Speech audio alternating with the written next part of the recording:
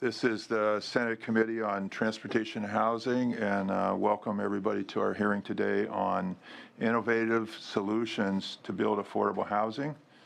And we're real thankful for everybody to come today.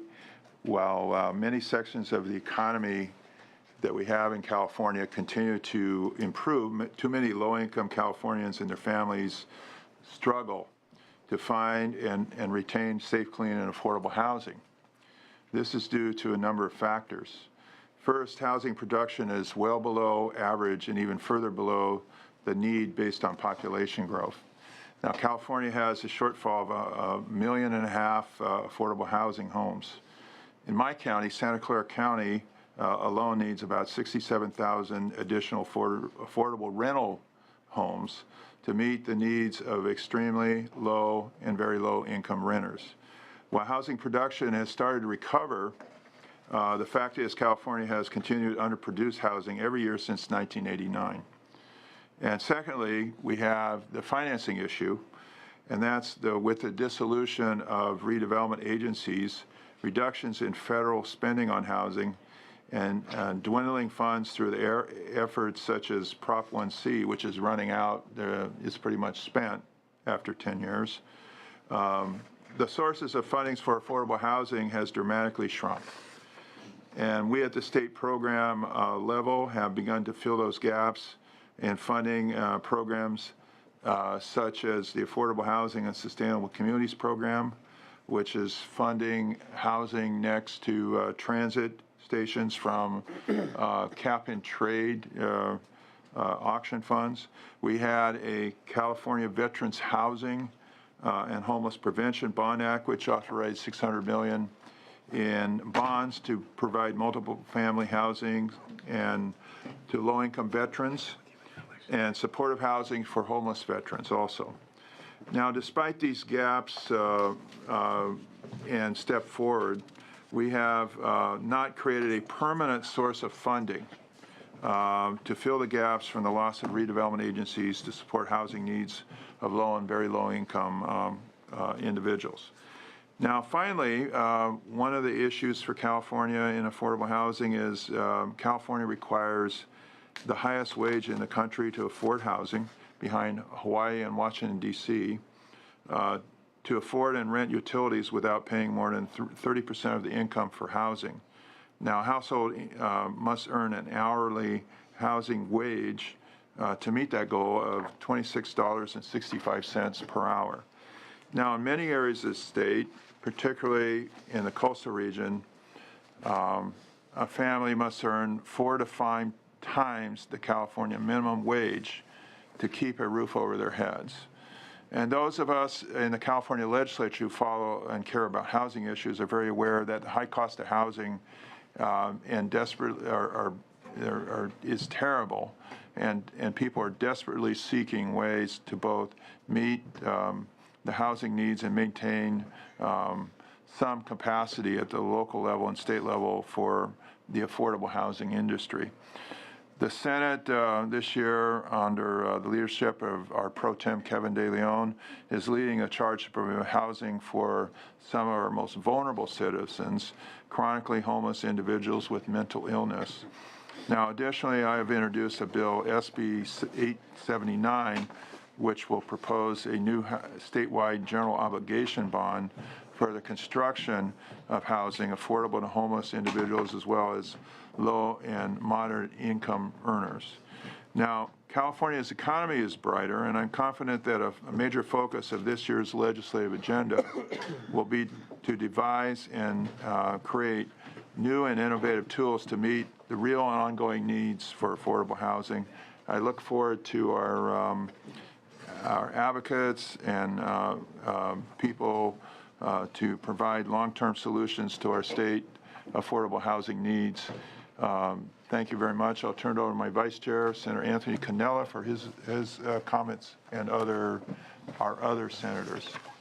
Thank you, Chairman Bell. Obviously, affordable housing is a big deal. It's a crisis, but I would argue more housing equals more affordable housing.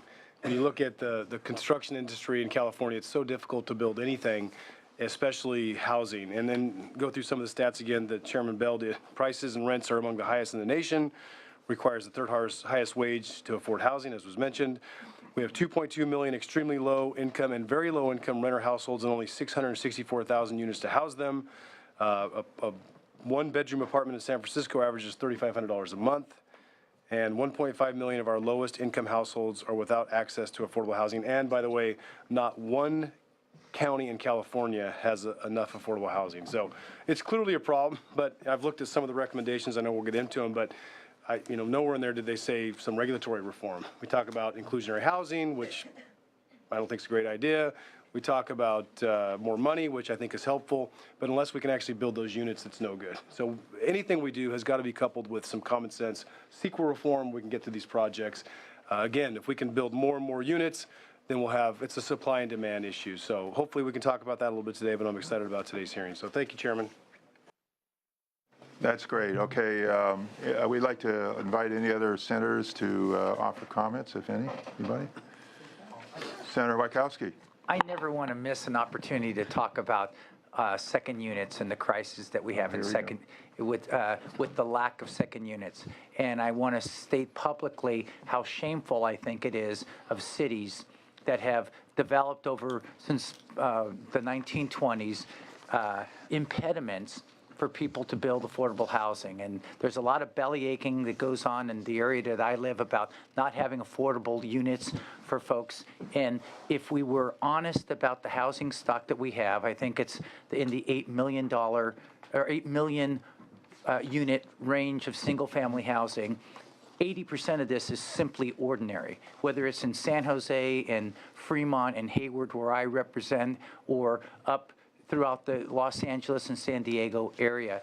And the parking, I think that if we're going to really declare a crisis, I think that we should be looking at making it absolutely unenforceable, any restrictions that the cities and counties have that require on-site parking, that prohibit a homeowner from building either a semi-detached, detached, above the garage, above the house, inside the house, secondary unit, and any impact fees. We should call for an absolute halt of any impact fees that people are charging.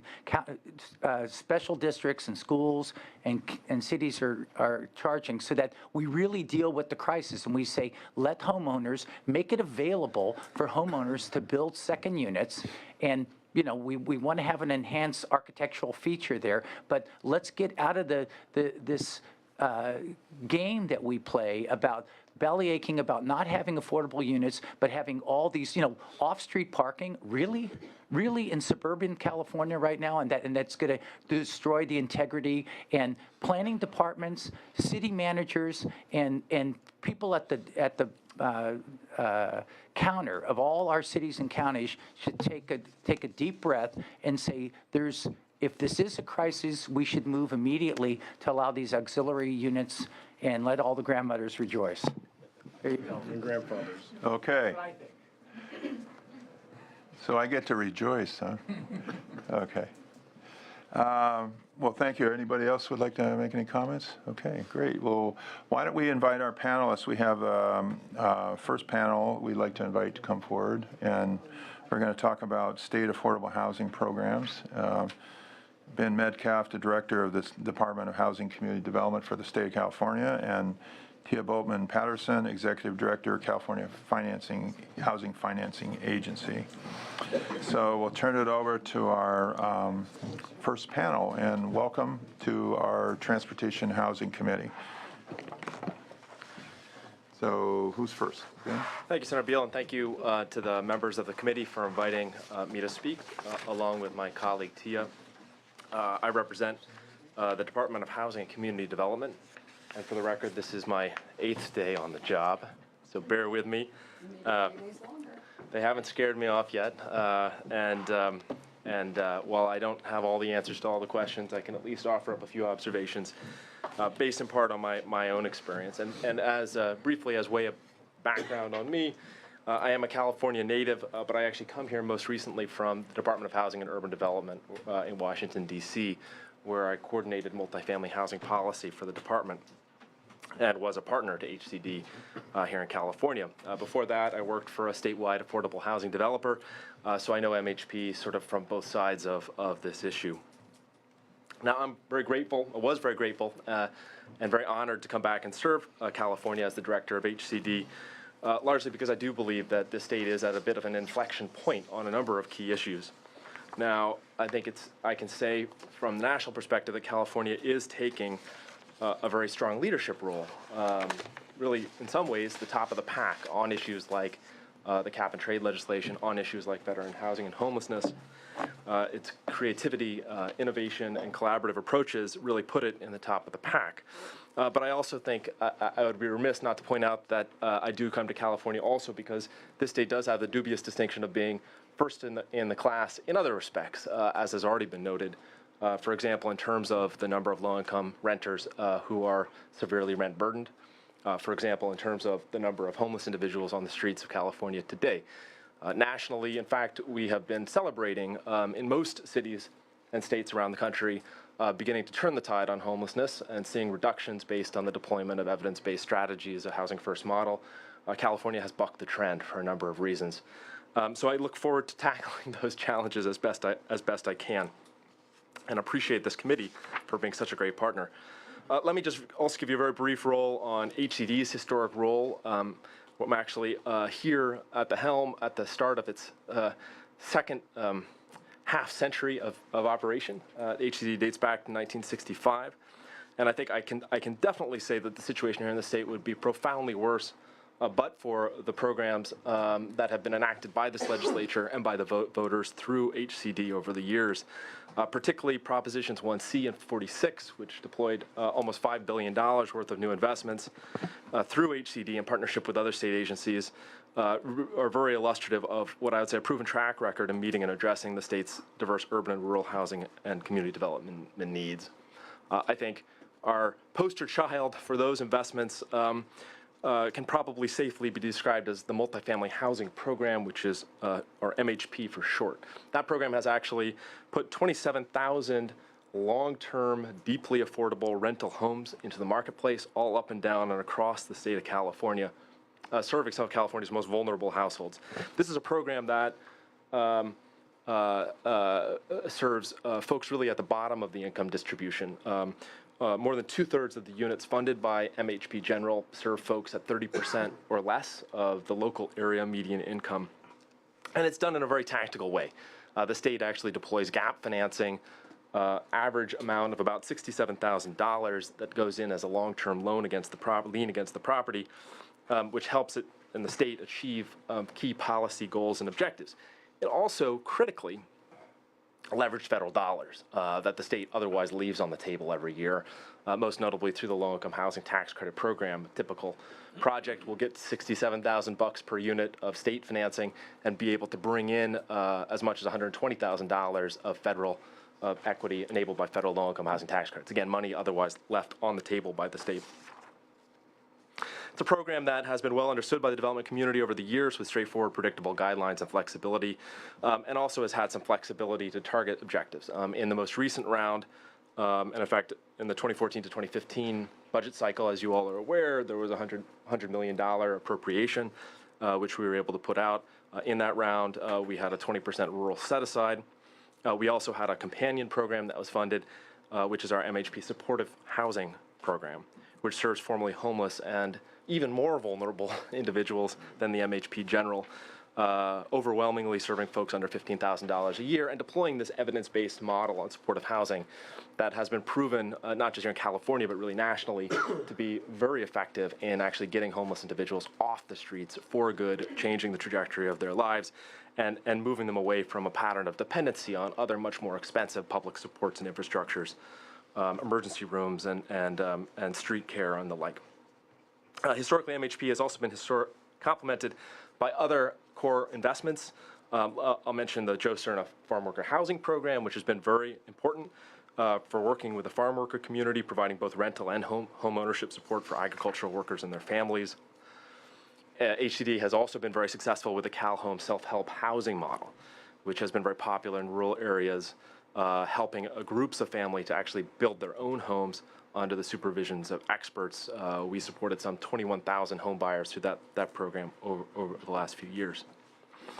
However, today, where we stand, those programs are not funded or have not been robustly funded. And I would suggest the tools in our toolkit are actually relatively few. Where we have significant funds on a going forward basis, as was noted by Senator Beal, is really is just in two areas. One is the Affordable Housing and Sustainable Communities, my apologies, exactly, and the Veterans Housing and Homeless Prevention Program.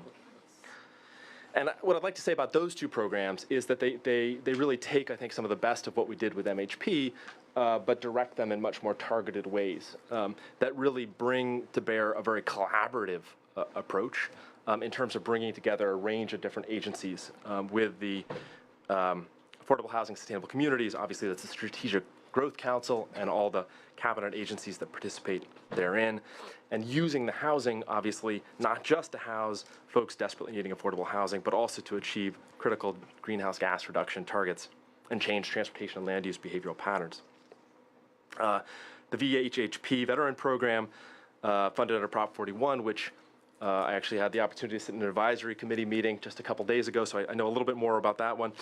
I think is a great example, again, of collaboration, where the housing department is really sitting on a regular basis with the stakeholder community, with CalVet, with the veterans groups, to make sure that we're really housing some of the most needy veterans through these interventions. Now, HCD, I'm pleased to say, even from my initial time here, is also working in kind of a host of different ways to be more efficient and effective with the resources that are already out there.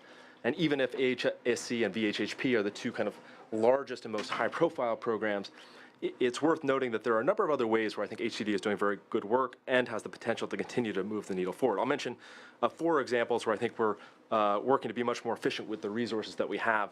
As I like to say, digging through the sofa cushions to really make sure we've got all the nickels and dimes, so to speak.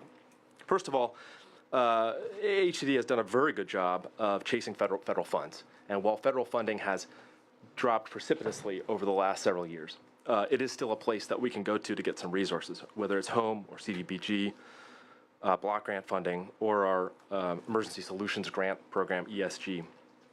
ESG is a great example where the team at HCD has actually done some very innovative work over the last couple of years to retool the ESG program to make it a very effective, again, evidence-based strategy for making sure that we are moving the homeless community towards a housing first or permanent supportive housing model, towards long-term solutions that actually get folks housed permanently and off the streets. And following 2 years of evaluation and stakeholder engagement, our regs are now out with a new and retooled program there.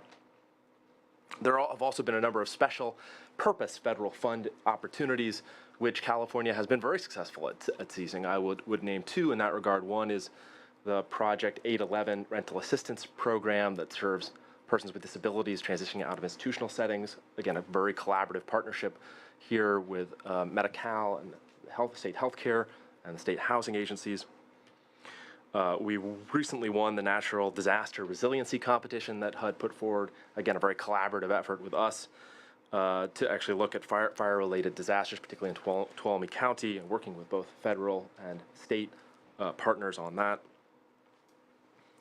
And I think these are both examples of programs that I think actually have more benefit than the small amount of dollars that come with them suggest, because they actually help us to change the way we operate to really make housing become part of that big tent of finding common ground around common solutions.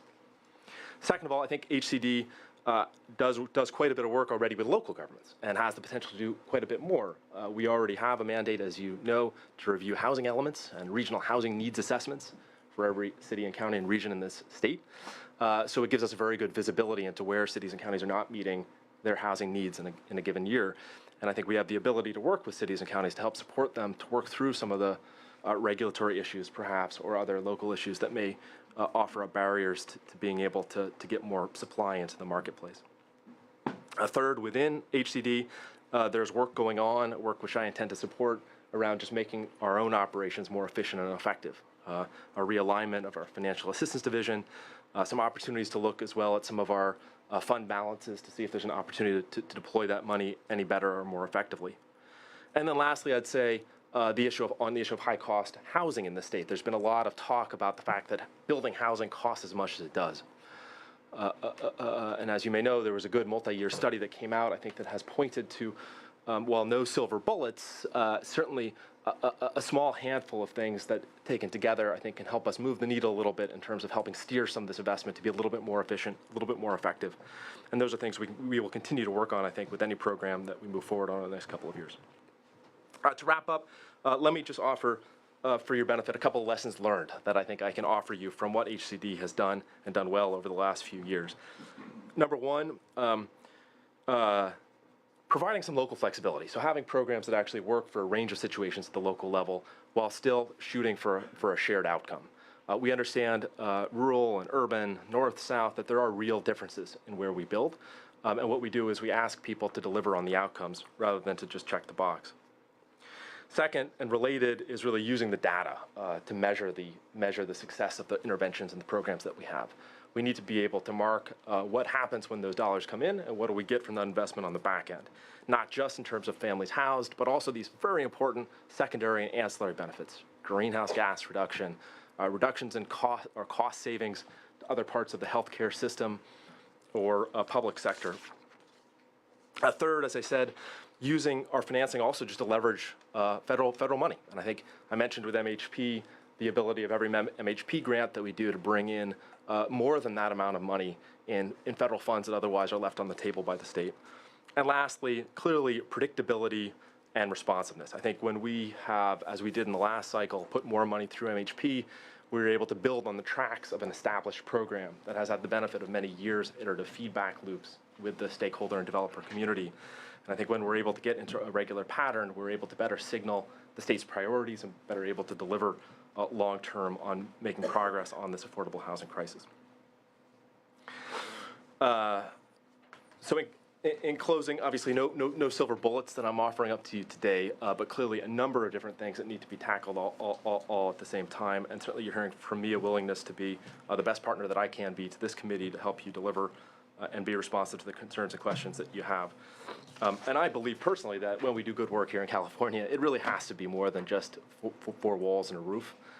I'm personally very motivated by what happens when we're able to move a working nurse or a single mom with kids into a house and help them reduce the rent burdens. They can actually put more money towards food and healthcare savings for their retirement. When we can give kids an actual chance of using that housing as a platform to move on up into the middle class, or helping a family to be able to purchase a home for the first time. These are things that motivate me, and I know motivate all of us. So I look forward to working with you guys in the years to come. Thank you for giving me this opportunity to speak. Okay, thank you very much. We'll next turn to Tia Boatman Patterson. Tia, welcome.